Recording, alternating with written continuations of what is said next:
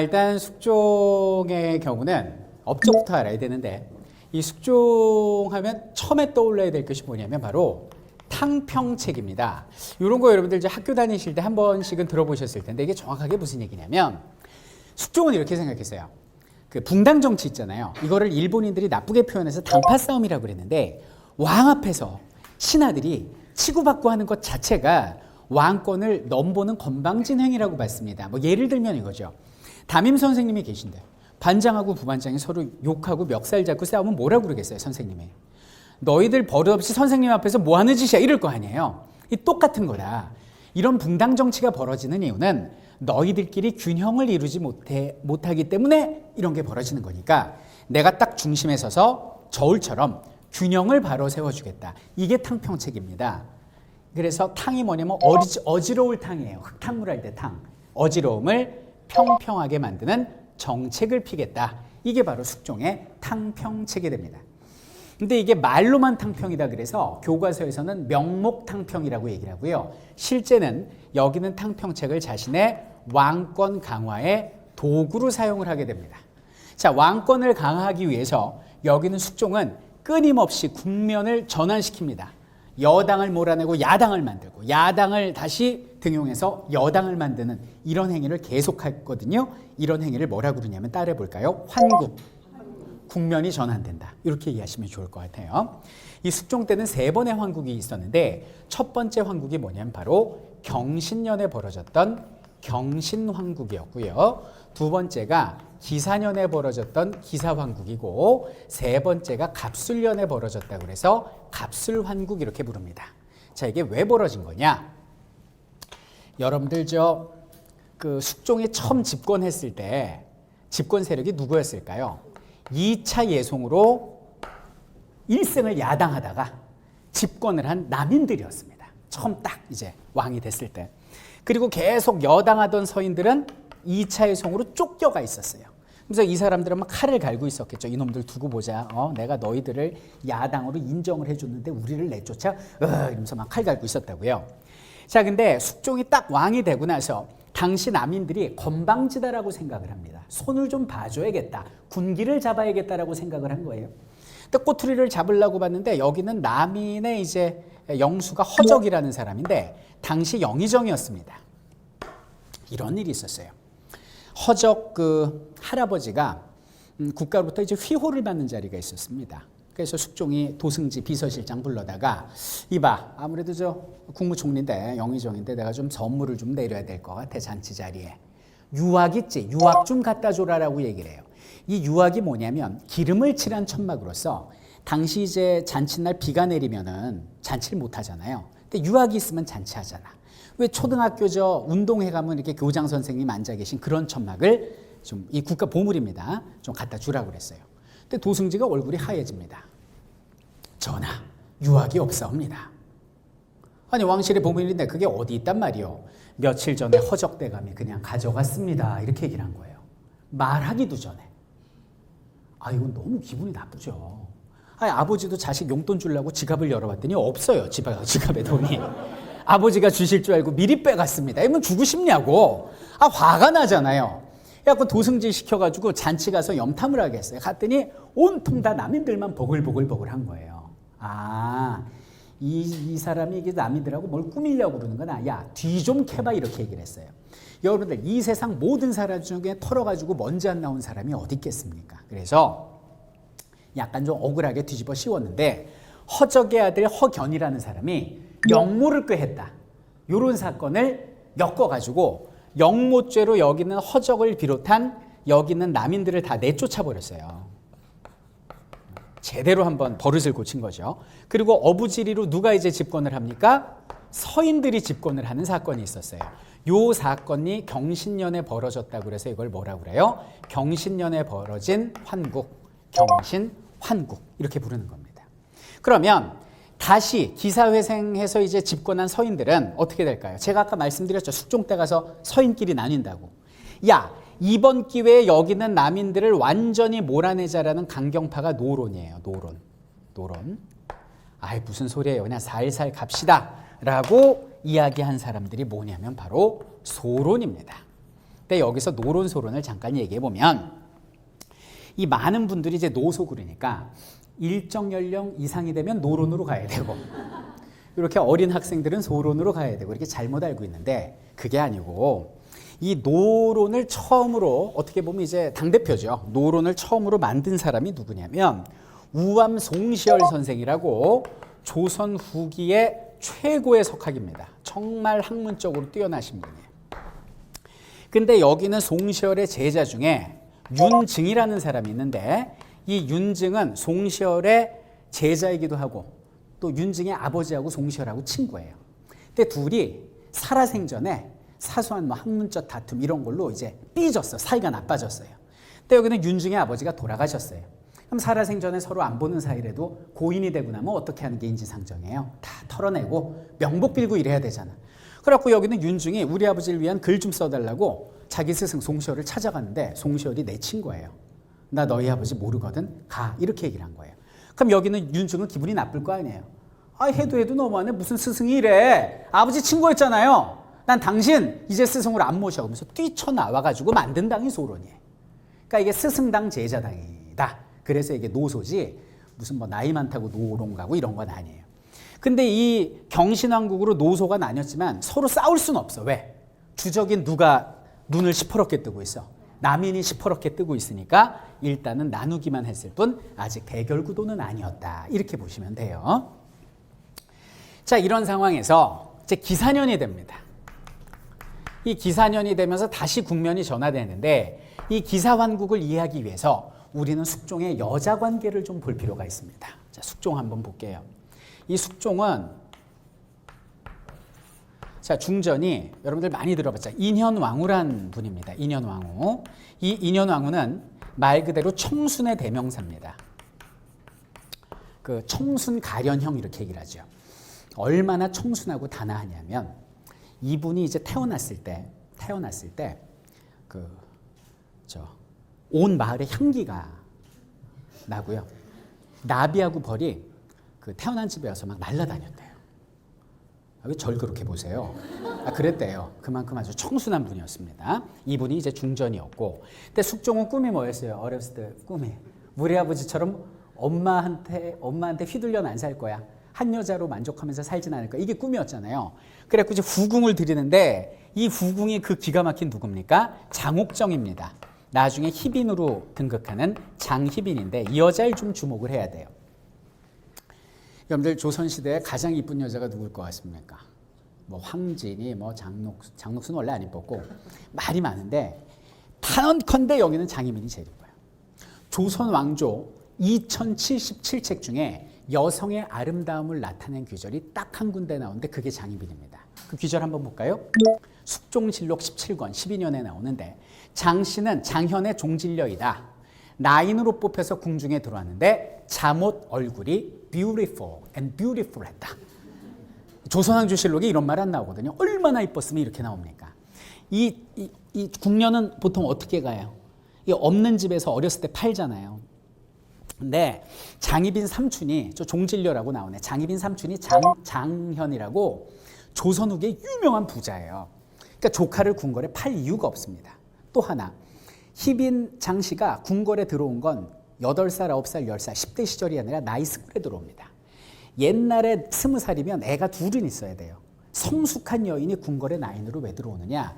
이거는 전략적으로 요새 말로 갖다 꽂은 거예요.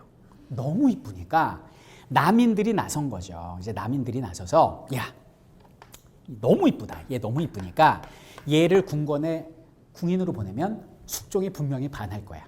그래갖고 얘를 통해서 우리가 한번 정권 잡아보자. 전략적 공천을 한 거죠, 일종의.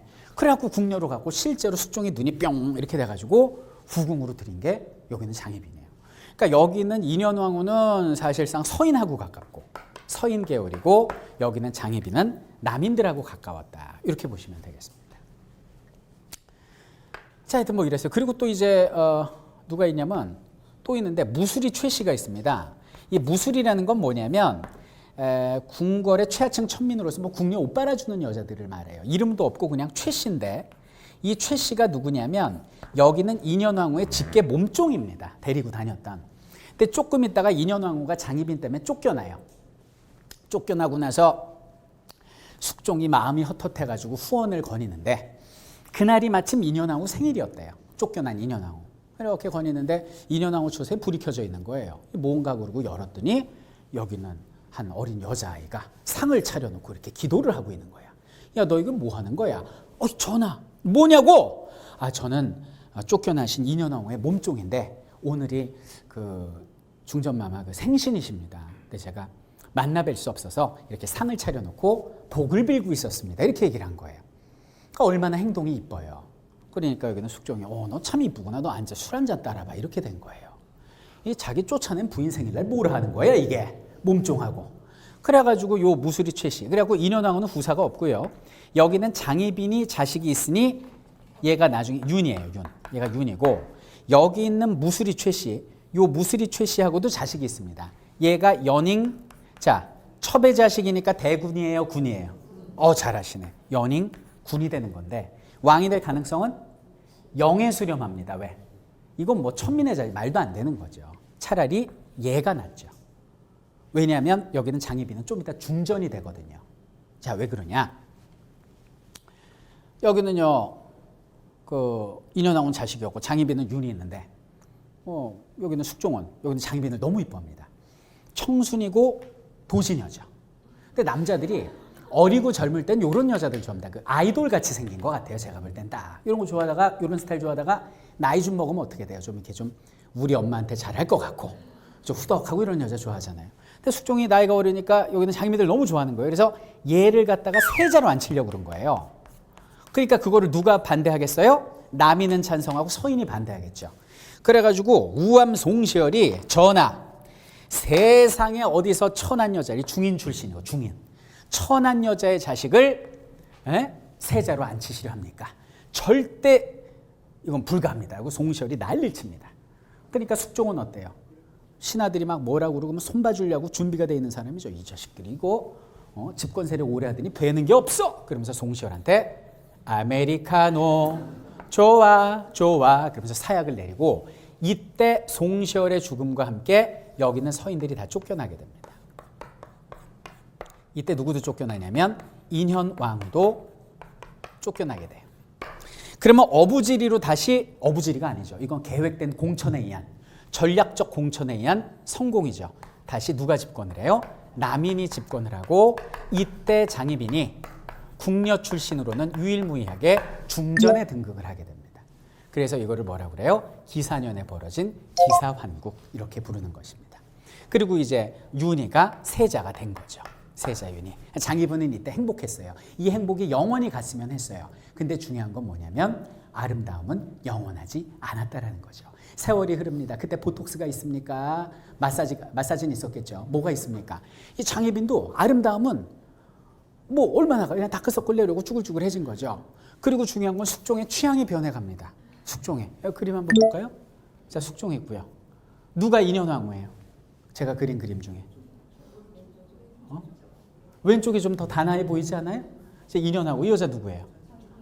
약간 좀 닮았죠, 저 김태희 씨 옛날 장옥정 사랑에 살다.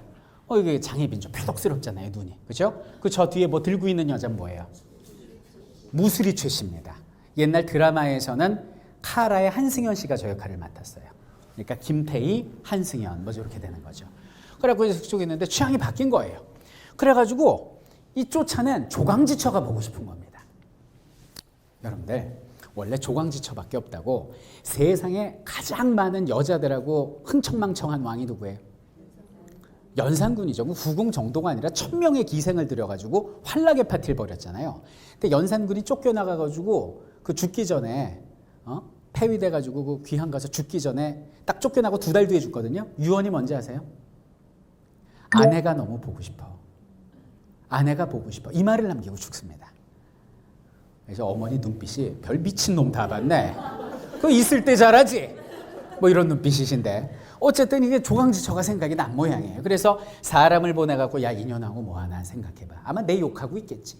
근데 가봤더니 욕은커녕 뭐 있잖아요. 막 글씨도 쓰고 십자수도 하고 너무 여성스럽게 있는 거예요. 정말 아직도 날 그리워하는 걸까? 어떻게 뭐 이러고 있으세요. 이 마음을 읽은 거예요, 서인들이. 야, 잘됐다. 그리워하신다. 여기는 쫓겨난 인현왕후를 다시 복위시키자라는 운동을 벌입니다. 이 서인의 복위 운동을 누가 알았어요? 장희빈이 안 거예요. 그럼 가만히 있겠어요? 장희빈하고 남인들이 가만히 안 있겠죠. 야, 이놈들아, 어따 대고 복위질이야. 그러면서 마구마구 여기는 서인들을 탄압합니다.